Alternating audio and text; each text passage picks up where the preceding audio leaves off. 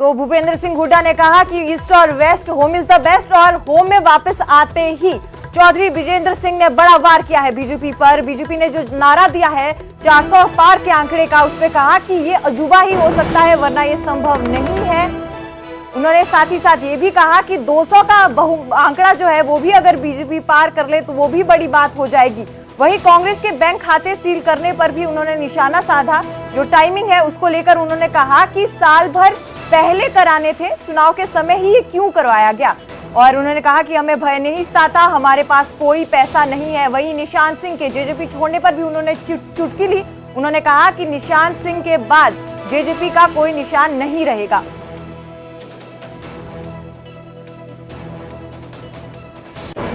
में आने वाला जो चुनाव है लोकसभा का, उसमें मेरा अपना ये मानना है पिछले 1-1.5 महीने से बहुत बड़े स्तर पे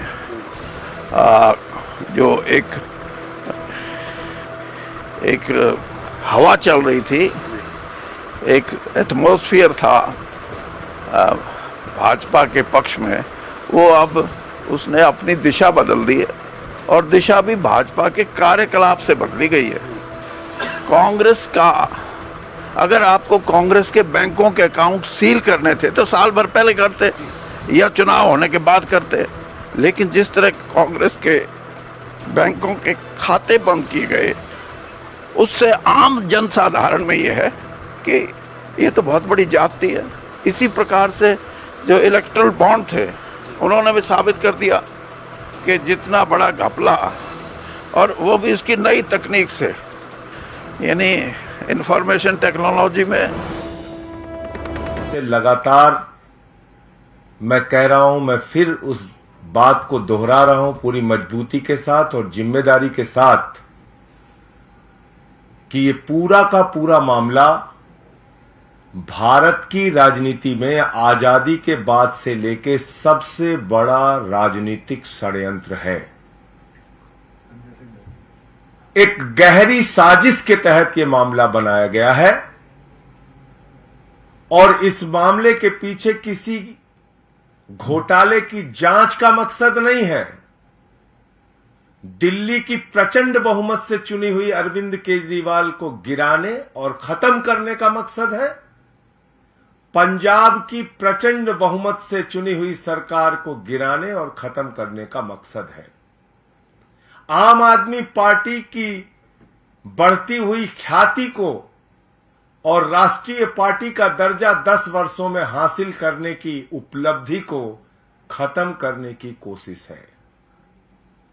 क्योंकि शराब घोटाला तो भारतीय जनता पार्टी ने किया है, वहां तो मनी ट्रेल मिल गया, 60 करोड़ का मनी ट्रेल मिल गया, लेकिन कोई कार्रवाई अब तक भारतीय जनता पार्टी के नेताओं पर नहीं हुई। और अरविंद केजरीवाल जी के मामले में झूठे गवाह तैयार किए जाते हैं, बेबुनियाद आरोप लगाए जाते हैं।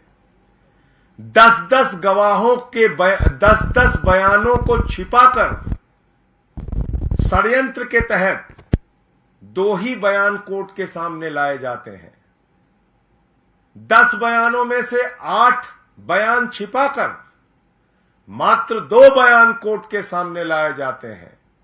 और मैं फिर से दोहरा रहा हूं, मगुंटा रेड्डी, राघव रेड्डी के 10 बयान थे। अंतिम 2 बयान में जैसे ही उन्होंने केजरीवाल जी का नाम लिया, तुरंत उसके बेटे को बेल मिल जाती है।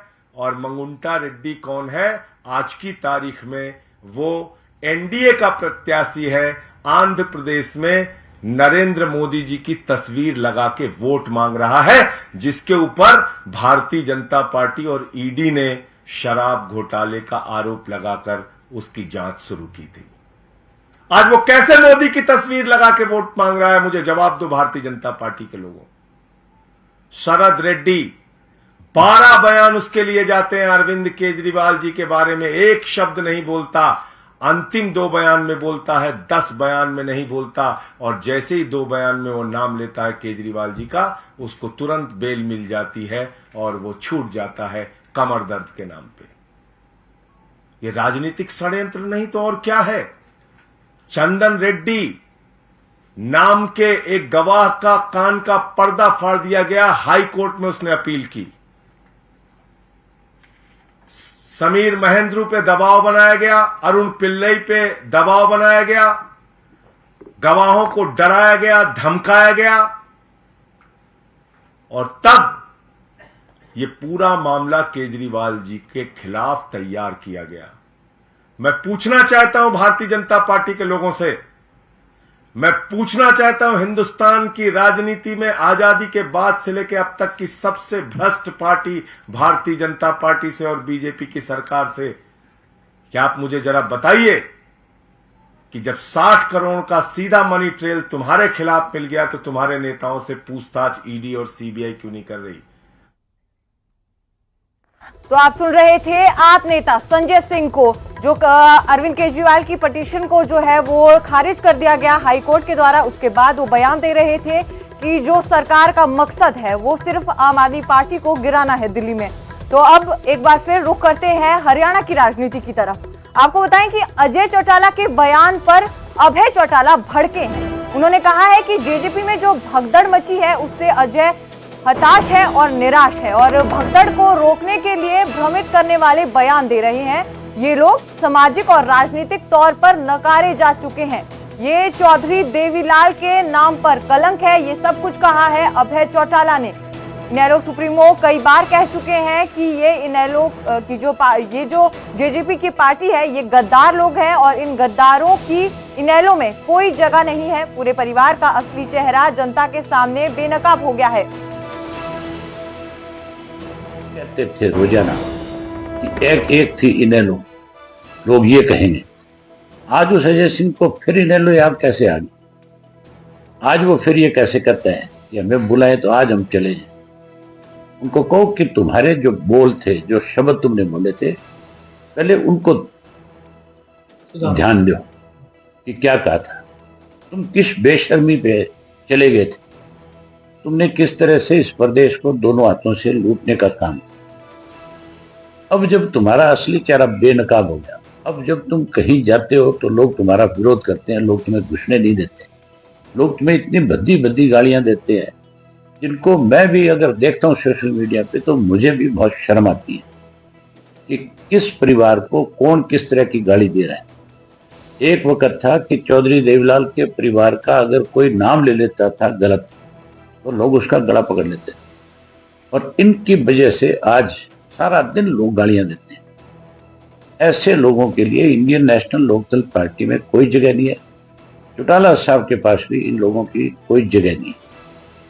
चौटाला साहब तो अनेक बार प्रेस के लोगों ने उनसे पूछा कि क्या दुष्यंत को आप अपनी पार्टी में शामिल करो, उन्होंने साफ मना कर दिया था कि नहीं, कभी नहीं हो सकता। ऐसे लोग जिन्होंने पार्टी को तोड़ने का काम किया, जो स्वार्थी थे, जो बेईमान थे, जिन्होंने लूटने का काम किया, हम ऐसे लोगों को अपनी पार्टी में नहीं लेंगे। ये अनुशासनहीन लोग थे। ये नई बात थोड़ी थी अजय सिंह के लिए, ये तो बहुत पहले से इस तरह की चीजों में इन्वॉल्व था।